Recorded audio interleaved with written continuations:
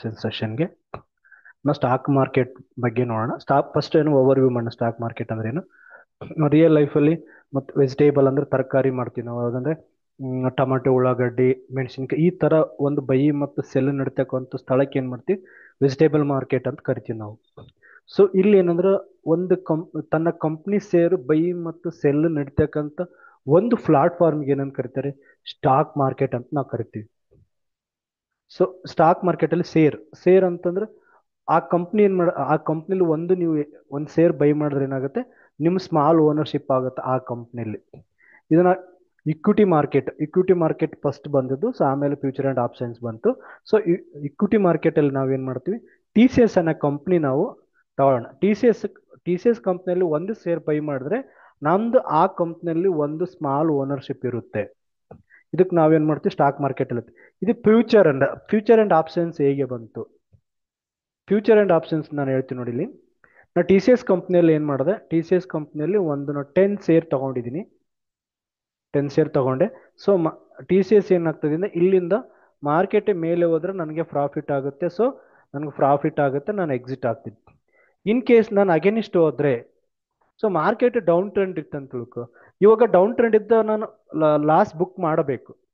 So ಅದಕ್ಕೆ ಏನ್ ಮಾಡುತ್ತೆ, ಈ ಲಾಸ್ ಬುಕ್ ಮಾಡೋ ಸಲಗೆ big investors, mutual fund, bank, big bulls ಇವರೆಲ್ಲ ಒಂದು ಇದು ಮಾಡಿ ರಿಸರ್ಚ್ ಮಾಡಿಕೊಂಡು, ಸೊ ಇದೇನು ಲಾಸಸ್ ಏನಿದೆಲ್ಲ, ಈ ಲಾಸಸ್ ಫಿಲ್ ಮಾಡೋಕ್ಕೆ, ಅದು ಗ್ಯಾಪ್ ಇತ್ತು ಲಾಸ್ ಫಿಲ್ ಮಾಡೋಕ್ಕೆ.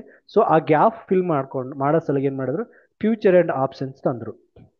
ಯಾವ ಉದ್ದೇಶ ಏನಪ್ಪ ಅಂದರೆ, ಫಸ್ಟ್ನೇದೇನೆಂದರೆ ಎಡ್ಜಿಂಗ್ ಮಾಡೋಕ್ಕೆ. ಎಡ್ಜಿಂಗ್ ಅಂದರೆ ಎಫ್ ಅಂಡ್ ಇರ್ತಕ್ಕಂಥ ಕಂಪ್ನಿಗಳಿಗೆ ಏನಂದ್ರೆ ಎಡ್ಜಿಂಗ್ ಮಾಡಿದ್ರು. ಅದರಲ್ಲಿ ಬೈ ಮಾಡಿದ್ರೆ ಲಾಸಸ್ ಆದರೆ ನಾವು ಏನು ಎಡ್ಜ್ ಮಾಡ್ಬೋದು, ಅಂದರೆ ಕ್ಯಾಪಿಟಲ್ ಸೇಫ್ ಇಟ್ಕೋಬಹುದು, ಲೆಸ್ ಕ್ಯಾಪಿಟಲಲ್ಲಿ ನಾವು ಟ್ರೇಡ್ ಮಾಡ್ಬೋದು. ನಾವೇನಂದ್ರೆ ಫಾಸ್ಟ್ ಆಗಿ ನಮ್ದು ಏನಾಗುತ್ತೆ, ಪ್ರಾಫಿಟ್ ಆಗುತ್ತೆ. ಮತ್ತು ಮಾರ್ಕೆಟ್ ಡೌನ್ ಇದ್ದಲ್ಲಿ ಕೂಡ ನಮಗೆ ಪ್ರಾಫಿಟ್ ಆಗುತ್ತೆ. ಸೊ ಈ ಉದ್ದೇಶದಿಂದ ಏನು ಮಾಡಿದ್ರು ಅಂದರೆ, ಫ್ಯೂಚರ್ ಆ್ಯಂಡ್ ಆಪ್ಷನ್ಸ್ ಏನು ಮಾಡಿದ್ರು, ಜಾರಿಗೆ ತಂದರು. ಬಟ್ ಇದು ಈ ಥರ ಏನಂದ್ರೆ ಸ್ಟಾಕಲ್ಲಿ ಮಾಡೋಕ್ಕಾಗಲ್ಲ ಉದ್ದೇಶದಿಂದ ಏನಂದ್ರೆ ಫ್ಯೂಚರ್ ಆ್ಯಂಡ್ ಆಪ್ಷನ್ಸ್ ತಂದರು. ಫ್ಯೂಚರ್ ಆ್ಯಂಡ್ ಆಪ್ಷನ್ಸ್ ಅಲ್ಲಿ ಏನಾಗುತ್ತಂದ್ರೆ, ಇಲ್ಲಿ ಯೂನಿಟ್ಸ್ ಇರುತ್ತೆ. ಇಲ್ಲಿ ನೋಡಿ 60 ಯೂನಿಟ್ಗೆ ಒಂದು ಲಾಟ್ ಆಯ್ತು. ನಿಫ್ಟಿ 50 ಏನಿದೆಲ್ಲ 60 ಯೂನಿಟ್ಗೆ ಒಂದು ಲಾಟ್ ಆಯ್ತು. ಸೊ ನಾವು ಇಲ್ಲಿ ಬೈ ಮಾಡ್ಬೇಕು, ನಿಫ್ಟಿ 50 ಬೈ ಮಾಡಬೇಕಾದ್ರೆ ಒಂದು ಲಾಟ್ ಬೈ ಮಾಡಬೇಕು, ಸೆಲ್ ಮಾಡಬೇಕಾದ್ರೆ ಒಂದು ಲಾಟ್ ಸೆಲ್ ಮಾಡಬೇಕು. ಇನ್ನು ನಾನು ಟೂ ಲಾಟ್ ತಗೊಂಡ್ರೆ, ಸೊ ನಿಮಗೆ ಡಿಪೆಂಡ್ ಅಪಾನ್ ಪ್ರಾಫಿಟ್ ಲಾಸ್ ಮೇಲೆ ಒಂದು ಲಾಟ್ ಸೆಲ್ ಮಾಡ್ಬೋದು, ಇಲ್ಲ 2 ಲಾಟ್ ಕೂಡ ಸೆಲ್ ಮಾಡ್ಬೋದು. ಬಟ್ ಇಲ್ಲಿ ಏನಾಗುತ್ತಂದ್ರೆ, ಸ್ಟಾಕಲ್ಲಿ ಏನಾಗುತ್ತೆ, ಇಕ್ವಿಟಿ ಮಾರ್ಕೆಟಲ್ಲಿ ಏನಾಗುತ್ತಂದ್ರೆ, 10 ಶೇರ್ ತಗೊಂಡ್ರೆ, ನಾವು 10 ಶೇರ್ ಬೈ ಮಾಡಿದ್ರೆ, ಸೊ 5 ಶೇರ್ ಸೆಲ್ ಮಾಡ್ಬೋದು, 8 ಶೇರ್ ಸೆಲ್ ಮಾಡ್ಬೋದು, ಸೊ 10 ಶೇರ್ ಮಾಡ್ಬೋದು. ಬಟ್ ಇಲ್ಲೇನೋ 1 ಲಾಟ್ ತಗೊಂಡ್ರೆ 1 lot, by in lot, cell in lot ಅಂತ ಕರಿತೀವಿ. ಐ ಥಿಂಕ್ ಅರ್ಥ ಆಯ್ತು ಅನ್ಕೊಂತೀನಿ. ನಂದು ಎಕ್ಸಾಂಪಲ್ ಏನಂದ್ರೆ, ನಾನು ಒಂದು ಫ್ರೂಟ್ ತಗೋತೀನಿ. ಯಾವುದು ಅಂದ್ರೆ ಆ್ಯಪಲ್ ತಗೊಂಡಿದ್ದೀನಿ. ಆ್ಯಪಲ್ ಅನ್ನೋ ಫ್ರೂಟ್ ಇದೆ. ಸೊ ಆ್ಯಪಲ್ ಇಂದ ಏನು ಮಾಡ್ತೀವಿ, ನಾವು ಜ್ಯೂಸ್ ಮಾಡ್ತೀವಿ, ಆ್ಯಪಲ್ ಜ್ಯೂಸ್ ಏನು ಮಾಡ್ತೀವಿ ನಾವು, ಏನು ಫ್ಯೂಚರ್ ಅಂತ ಇದು ಮಾಡ್ಕೊಂತೀವಿ. ಫ್ಯೂಚರ್ ಅಂತ, ಸಾರಿ, ಆಪ್ಷನ್ಸ್ ಅಂತ. ಆ್ಯಪಲ್ ಜ್ಯೂಸ್ ಮಾಡಿದೀವಲ್ಲ ನಾವು, ಆಪ್ಷನ್ಸ್ ಅಂತ ಕನ್ಸಿಡರ್ ಮಾಡ್ತೀವಿ. ಯಾವ್ದ್ರಿಂದ ಬಂತು, ಮೇನ್ ಅಂಡರ್ಲೈಯಿಂಗ್ ಅಸೆಟ್ ಯಾವುದು, ಅಂಡರ್ಲೈಯಿಂಗ್ ಅಸೆಟ್ ಆ್ಯಪಲ್ ಇದೆ. ಸೊ ಆಪ್ಷನ್ಸ್ ಏನನ್ನ ಆ್ಯಪಲ್ ಜ್ಯೂಸ್ ಮಾಡಿದೀವಿ ಅಂದ್ರೆ, ಜ್ಯೂಸ್ ಮಾಡಿದ್ರೆ ಆಪ್ಷನ್ಸ್ ಆಗುತ್ತೆ. ನಾವು ಜ್ಯೂಸ್ ಮಾಡಿದಾಗ ಏನಾಗುತ್ತೆ, ಕೆಲವು ಚೇಂಜಸ್ ಆಗುತ್ತೆ. ಅಲ್ಲಿ ವ್ಯಾಲ್ಯೂ ಚೇಂಜ್ ಆಗುತ್ತೆ, ಕ್ವಾಲಿಟಿ ಚೇಂಜ್ ಆಗುತ್ತೆ, ಪ್ರೈಸ್ ಕೂಡ ಚೇಂಜ್ ಆಗುತ್ತೆ. ಇಲ್ಲೇನಾಗುತ್ತೆ, ಆಪ್ಷನ್ಸ್ ಅಲ್ಲಿ ಎಕ್ಸ್ಪೈರ್ ಇರುತ್ತೆ, ಜ್ಯೂಸು ಕೂಡ ಸ್ವಲ್ಪ ಎಕ್ಸ್ಪೈರ್ ಇರುತ್ತೆ. ಅಂದ್ರೆ ನಾವು ಜ್ಯೂಸ್ ಮಾಡೋದ್ರಿಂದ ಏನಾಗುತ್ತೆ, ಲಿಮಿಟೆಡ್ ಟೈಮ್ ಇರೋದ್ರಿಂದ. ಸೊ ಇಲ್ಲಿ ಏನಾಗುತ್ತೆ, ಆಪ್ಷನ್ಸ್ ಅಲ್ಲಿ ಟೈಮ್ ಡಿಕೆ ಇರುತ್ತೆ. ಫ್ಯೂಚರ್ ಅಲ್ಲಿ ಏನಪ್ಪ ಅಂತಂದ್ರೆ, ಇಲ್ಲ ಆ್ಯಪಲ್ ಬಾಸ್ಕೆಟ್ ಅಂತ ತಿಳ್ಕೊಬಹುದು. ಸೊ ಇಲ್ಲಿ ಕೂಡ ಕಾಂಟ್ರಾಕ್ಟ್ ಇರುತ್ತೆ. ಸೊ ಇಲ್ಲೇನಾಗುತ್ತೆ ಅಂದ್ರೆ, ಕಾಂಟ್ರಾಕ್ಟ್ ಅಂದ್ರೆ ಎರಡು ವ್ಯಕ್ತಿಗಳ ನಡುವೆ ಒಪ್ಪಂದ ಏನಿರುತ್ತದೆ, ಈ ಮಂತ್ ನಾ ಸೆಲ್ ಮಾಡಬೇಕಾದ್ರೆ ನೆಕ್ಸ್ಟ್ 2 ಮಂತ್ 3 ಮಂತ್ ಕೂಡ ನಾವು ಫ್ಯೂಚರ್ ಕಾಂಟ್ರಾಕ್ಟ್ ತಗೋಬಹುದು. ಸೊ ಇಲ್ಲೇನಾಗುತ್ತೆ, ಟಿ ಸಿ ಎಸ್ ಏನಾಗುತ್ತೆ, ಅಪ್ ಟ್ರೆಂಡ್ ಇತ್ತಂತಂದ್ರೆ ₹1 ಪ್ರೈಸ್ ಮೂವ್ ಆಗುತ್ತೆ, ಇಲ್ಲಿ ಡೌನ್ ಟ್ರೆಂಡ್ ಇತ್ತಂದ್ರೆ ₹1 ಡೌನ್ ಆಗುತ್ತೆ. ಸೊ ಇದರಲ್ಲಿ ಟೈಮ್ ಡಿಕೆ ಯಾವುದೂ ಇರಲ್ಲ. ಫ್ಯೂಚರ್ದಲ್ಲಿ ಆಪ್ಷನ್ಸ್ ಅಲ್ಲಿ ಟೈಮ್ ಡಿಕೆ ಇರುತ್ತೆ.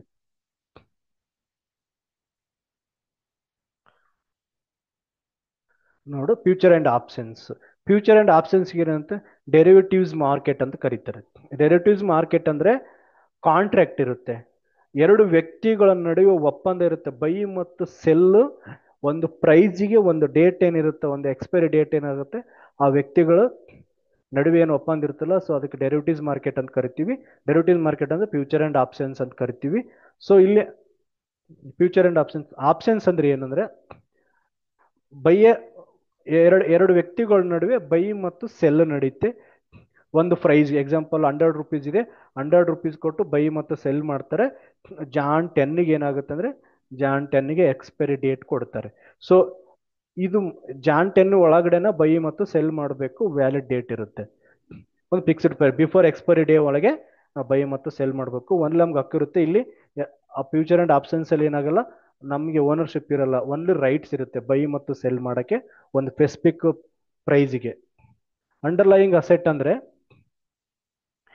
ಮೇನ್ ಏನಪ್ಪ ಅಂದ್ರೆ ರಿಲಯನ್ಸ್ ಇದೆ, ರಿಲಯನ್ಸ್ ಅಲ್ಲಿ ನಾವು ಮೇನ್ ಇರೋದು ರಿಲಯನ್ಸ್, ಇದು ಅಸೆಟ್. ಅಂಡರ್ಲೈಯಿಂಗ್ ಅಸೆಟ್ ಅಂದ್ರೆ ಆಪ್ಷನ್ಸ್ ಅಂಡ್ ಫ್ಯೂಚರ್, ಫ್ಯೂಚರ್ ಇದೆ. ಇದ್ರ ಮುಖಾಂತರ ಅಂಡರ್ಲೈಯಿಂಗ್ ಅಸೆಟ್ ಅಂತಂದ್ರೆ ಮೇನ್ ಪ್ರಾಡಕ್ಟ್ ಅಂದ್ರೆ ಡೆರಿವಿಟಿವ್ಸ್ ಅಂತಂದ್ರೆ ಒಂದು ಉತ್ಪನ್ನಗಳು, ಯಾವ ಉತ್ಪನ್ನದಿಂದ ಏನು ಆಗ್ತದೆ ಅಂತ ನಾವು ತಿಳ್ಕೋಬೇಕು. ಆ್ಯಪಲ್ ಇಂದ ಆ್ಯಪಲ್ ಜ್ಯೂಸ್ ಆಗುತ್ತೆ, ಆ್ಯಪಲ್ ಬೇರೆ ಬೇರೆ ಥರ ಅವ್ರವ್ರು ಇದು ಮಾಡ್ತಾರೆ. ಸೊ ನಾವಿಲ್ಲಿ ಕನ್ಸಿಡರ್ ಮಾಡೋದು ಆ್ಯಪಲ್ ಜ್ಯೂಸ್ ಅಂದ್ರೆ, ಸೊ ರಿಲಯನ್ಸ್ ಕಂಪ್ನಿಯಿಂದ ರಿಲಯನ್ಸ್ ಆಪ್ಷನ್ಸ್ ಫ್ಯೂಚರ್ಸ್ ಇದೆ. ಇಲ್ಲಿ ನೋಡಿ, ಸ್ಟಾಕ್ ಆಪ್ಷನ್ಸ್ ಅಂದ್ರೆ ರಿಲಯನ್ಸ್ TCS ಬರುತ್ತೆ. ಇಂಡೆಕ್ಸ್ ಅಂತಂದ್ರೆ ನಿಫ್ಟಿ, ಬ್ಯಾಂಕ್ ನಿಫ್ಟಿ, ಫಿನ್ ನಿಫ್ಟಿ, ಸೆನ್ಸೆಕ್ಸ್ ಬರುತ್ತೆ. ಕಮಾಡಿಟೀಸ್ ಅಂಡ್ ಕರೆನ್ಸಿ ಇದೆ. ಎಕ್ಸ್ಪೈರಿ ಡೇ ಅಂತ ಏನ್ ಬರುತ್ತದೆ, ಲಾಸ್ಟ್ ಡೇ ಏನಿರ್ತದ, ಒಂದು ಪ್ರೀಮಿಯಂ ಕೊಟ್ಟು ಬೈ ಮಾಡಿರ್ತಾರೆ. ಜಾನ್ 10 ಒಳಗಡೆ ಏನಾಗುತ್ತೆ, ಒಂದು ಕಾಂಟ್ರಾಕ್ಟ್ ಇರುತ್ತೆ, ಬೈ ಮತ್ತು ಸೆಲ್ ಏನ್ ಮಾಡಿರ್ತಾರಲ್ಲ ಎರಡು ವ್ಯಕ್ತಿಗಳ ನಡುವೆ. ಸೊ ಆ ಕಾಂಟ್ರಾಕ್ಟ್ ಏನು ಮುಗೀತದೆ, ಅದು ವ್ಯಾಲಿಡಿ ಮುಗಿದಾಗ ಏನಾಗುತ್ತೆ, ಅದು ಇನ್ ಕೇಸ್ ಬೈ ಮತ್ತು ಸೆಲ್ ಮಾಡಲಿಲ್ಲ ಅಂದ್ರೆ ಆ ವ್ಯಾಲ್ಯೂ ಏನಾಗುತ್ತೆ, ಜೀರೋ ಆಗೋ ಚಾನ್ಸಸ್ ಇರುತ್ತೆ. ಆಪ್ಷನ್ಸ್ ಅಂದ್ರೆ ಒಂದು ಟೈಮ್ ಬಾಂಡ್ ಕಾಂಟ್ರಾಕ್ಟ್ ಅಂದ್ರೆ ಎರಡು ವ್ಯಕ್ತಿಗಳ ನಡುವೆ ಬೈ ಮತ್ತು ಸೆಲ್ ಒಂದು ಸ್ಪೆಸಿಫಿಕ್ ಪ್ರೈಸ್, ಒಂದು ಟೈಮ್ ಲಿಮಿಟ್ ಕೊಟ್ಟಿರ್ತಾರೆ.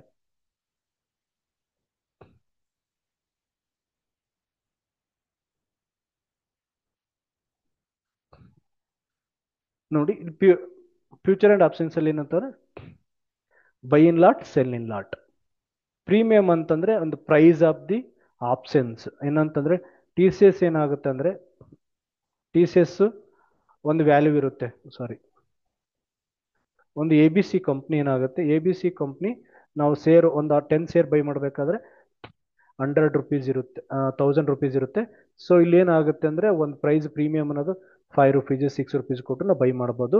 ಇಲ್ಲಿ ಏನಾಗುತ್ತೆ, ಪ್ರೀಮಿಯಂ ಅಂದ್ರೆ ಬೈಯರ್ಸ್ ಏನ್ ಮಾಡ್ತಾರೆ, ಪೇ ಮಾಡ್ತಾರೆ, ಸೊ ಸೆಲ್ಲರ್ಸ್ ರಿಸೀವ್ ಮಾಡ್ಕೊತಾರೆ. ಇಲ್ಲಿ ಎಕ್ಸ್ಪೈರಿ ಇರುತ್ತಲ್ಲ, ಇಂಡೆಕ್ಸ್ ಅಲ್ಲಿ ಏನಾಗುತ್ತೆ, ವೀಕ್ಲಿ ಎಕ್ಸ್ಪೈರಿ ಇರುತ್ತೆ. So recent time bank Nifty ಕೂಡ ಮಂತ್ಲಿ ಎಕ್ಸ್ಪೈರಿ ಮಾಡಿದ್ದಾರೆ. ಸ್ಟಾಕ್ ಅಲ್ಲಿ ಏನಾಗುತ್ತೆ, ಆಪ್ಷನ್ಸ್ ಮಂತ್ಲಿ ಎಕ್ಸ್ಪೈರಿ ಇರುತ್ತೆ. ಎವ್ರಿ ಥರ್ಸ್ಡೇ ಮಂತ್ ಏನಿರುತ್ತೆ, ಮಂತ್ ಎಂಡ್ ಏನಿರುತ್ತೆ ಅದಕ್ಕೆ ಎಕ್ಸ್ಪೈರಿ ಇರುತ್ತೆ. ಇನ್ ಕೇಸ್ ಥರ್ಸ್ಡೇ ಹಾಲಿಡೇ ಇದ್ರೂ ಕೂಡ ವೆಡ್ನೆಸ್ಡೇ ಇರುತ್ತೆ, ವೆಡ್ನೆಸ್ಡೇ ಹಾಲಿಡೇ ಇದ್ರೂ ಕೂಡ ಟ್ಯೂಸ್ಡೇ ದಿನ ಅವ್ರು ಎಕ್ಸ್ಪೈರಿ ಡೇಟ್ ಕೊಡ್ತಾರೆ. ಎಕ್ಸ್ಪೈರಿ ಡೇಟ್ ಮುಖಾಂತರ ಚೂಸ್ ಮಾಡ್ಬೇಕಂತ ನಿಮಗೆ ಗೊತ್ತಾಗುತ್ತೆ. ಇಲ್ಲಿ ಫ್ಯೂಚರ್ ಏನಂದ್ರೆ ಎರಡರಲ್ಲಿ ಇಂಡೆಕ್ಸ್ ಮತ್ತು ಸ್ಟಾಕ್ ಅಲ್ಲಿ ಏನಾಗುತ್ತೆ ಅಂದ್ರೆ ಇದರಲ್ಲಿ ಮಂತ್ಲಿ ಎಕ್ಸ್ಪೈರಿ ಆಗುತ್ತೆ.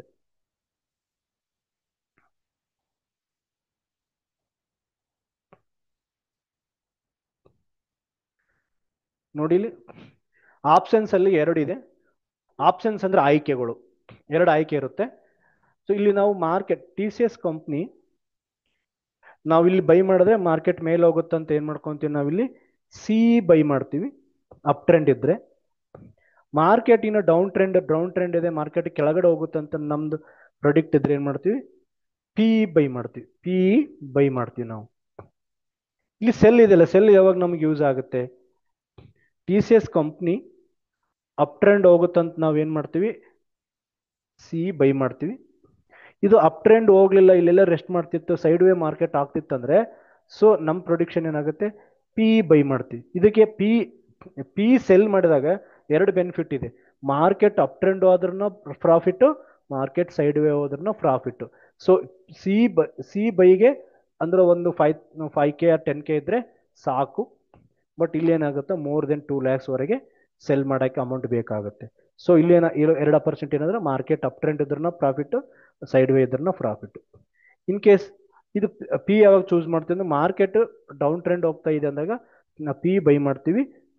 ಸೊ ಸೆಲ್ ಯಾವಾಗ ಮಾಡ್ತೀವಿ ಅಂದ್ರೆ ಸೆಲ್ ಯಾವಾಗ ಮಾಡ್ತೀವಿ ಅಂದ್ರೆ ಮಾರ್ಕೆಟ್ ಅಪ್ ಟ್ರೆಂಡ್ ಹೋಗ್ತದೆ ಮತ್ತು ಇಲ್ಲೇನೋ ಸೈಡ್ ವೇ ಆಗ್ತಿತ್ತು ಅಂದ್ರೆ ನಾವೇನು ಮಾಡ್ತೀವಿ, ಸೆಲ್ ಮಾಡ್ತೀವಿ. ಸೆಲ್ಲರ್ಗೆ ಏನಂತ ಎರಡು ಅಪರ್ಚುನಿಟಿ, ಬೈಯರ್ಗೆ ಏನಿಲ್ಲ, ಓನ್ಲಿ ತುಂಬಾ ಸ್ಪೀಡ್ ಆಗಿ ಹೋಗ್ತಾ ಇರ್ಬೇಕು ಮಾರ್ಕೆಟ್. ಸೆಲ್ಲರ್ಗೆ ಏನಾಗ್ತದೆ ಅಂದ್ರೆ ಅವ್ರ ಫೇವರೇಟ್ ಹೋದ್ರನ್ನ ಪ್ರಾಫಿಟ್ ಇರುತ್ತೆ, ಸೊ ಸೈಡ್ ವೇ ಹೋದ್ರನ್ನ ಪ್ರಾಫಿಟ್ ಇರುತ್ತೆ.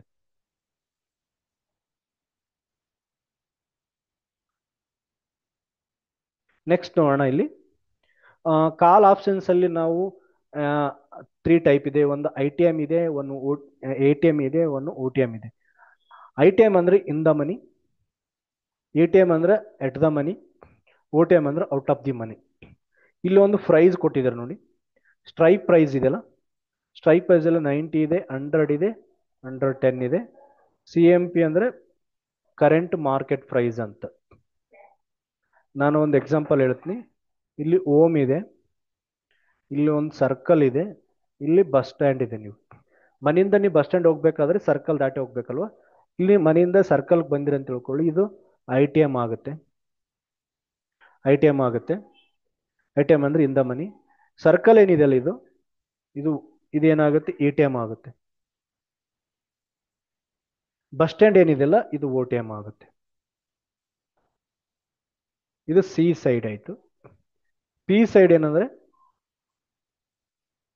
ಇನ್ನೊಂದ್ಸತಿ ರಿಪ್ಲೈ ಮಾಡ್ತೀನಿ ನೋಡಿ.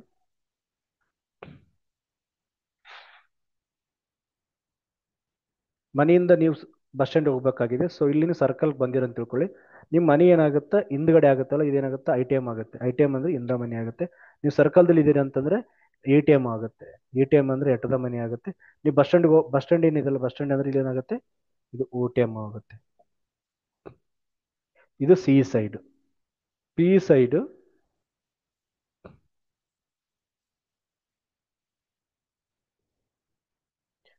ಇದು ಬಸ್ ಸ್ಟ್ಯಾಂಡ್ ಇಂದ, ಬಸ್ ಸ್ಟ್ಯಾಂಡ್ ಇಂದ ಮನೆಗೆ ಹೋಗ್ಬೇಕಾದ್ರೆ ಇಲ್ಲಿ ಸರ್ಕಲ್ ಇದೆಯಲ್ಲ, ಇದು ಬಸ್ ಸ್ಟ್ಯಾಂಡ್ ಏನಾಗುತ್ತೆ, ನೀವು ಹಿಂದ್ಗಡೆ ಆಗುತ್ತಲ್ಲ, ಇದು ಐ ಟಿ ಎಂ ಆಗುತ್ತೆ.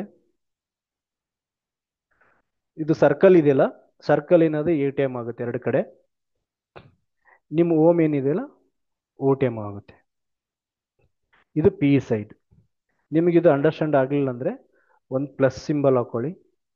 ಪ್ಲಸ್ ಸಿಂಬಲ್ ಹಾಕೊಂಡು ಇಲ್ಲಿ 1 2 3 ಹಾಕೊಳ್ಳಿ. ಇಲ್ಲ ನಾನು ಏನು ಮಾಡ್ತೀನಿ, 90 ಅಂತ, 90, ಸಾರಿ,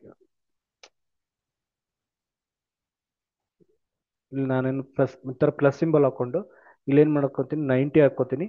ಸೊ ಇಲ್ಲೇನಲ್ಲ 100 ಹಾಕ್ತೀನಿ, ಇಲ್ಲಿ 110 ಹಾಕೊಂಡ್ಬಿಡ್ತೀನಿ. ಇಲ್ಲೇನು ಮಾಡಿ ಸಿ ಸೈಡ್ ಅಂತ ತಗೊಳ್ಳಿ. ಇದು ಪಿ ಸೈಡ್. ಅಂದ್ರೆ ಸಿ ಅಂದ್ರೆ ಕಾಲ್ ಯುರೋಪಿಯನ್, ಕಾಲ್ ಎಕ್ಸ್ಪೈರಿ, ಆರ್ ಪುಟ್ ಅಂದ್ರೆ ಪುಟ್ ಯುರೋಪಿಯನ್, ಆರ್ ಪುಟ್ ಎಕ್ಸ್ಪೈರಿ ಅಂತ. 90 ಏನಾಗುತ್ತಲ್ಲ, ಐ ಟಿ ಎಂ ಆಗುತ್ತೆ. ಐ ಟಿ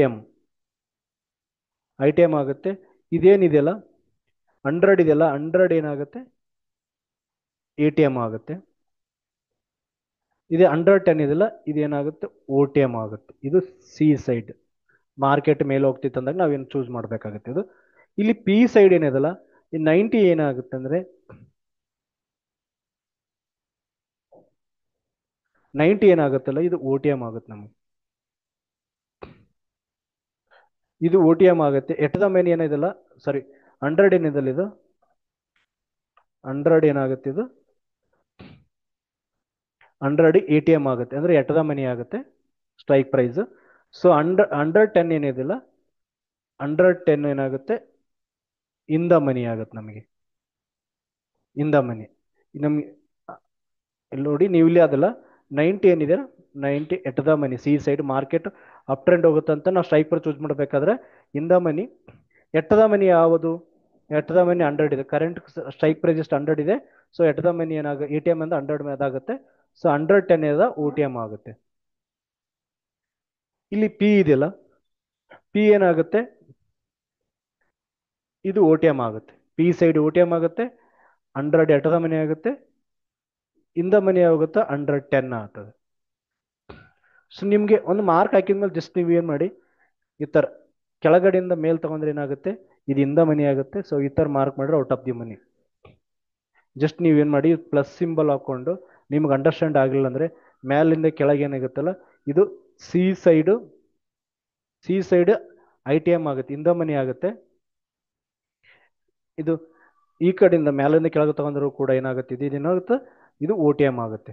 ಈ ಥರ ನೀವು ಡ್ರಾ ಮಾಡ್ಕೊಂಡು ನೀವು ಅಂಡರ್ಸ್ಟ್ಯಾಂಡ್ ಮಾಡ್ಕೊಳ್ಳಿ. ಇಲ್ಲೇನು ಸೆಂಟ್ರ್ ಏನಿರುತ್ತಲ್ಲ, ಈ ಸೆಂಟ್ರ್ ಏನಿರುತ್ತಲ್ಲ, ಇದು ಎ ಟಿ ಎಂ ಇರುತ್ತೆ. ಐ ಥಿಂಕ್ ಅರ್ಥ ಆಯ್ತು ಅಂತ ಅನ್ಕೋತೀನಿ. ನಿಮ್ಗೆ ಅರ್ಥ ಆಗಿಲ್ಲ ಅಂದ್ರೆ ಒಂದ್ಸತಿ ರಿಪೀಟ್ ಮಾಡಿ ನೋಡಿ.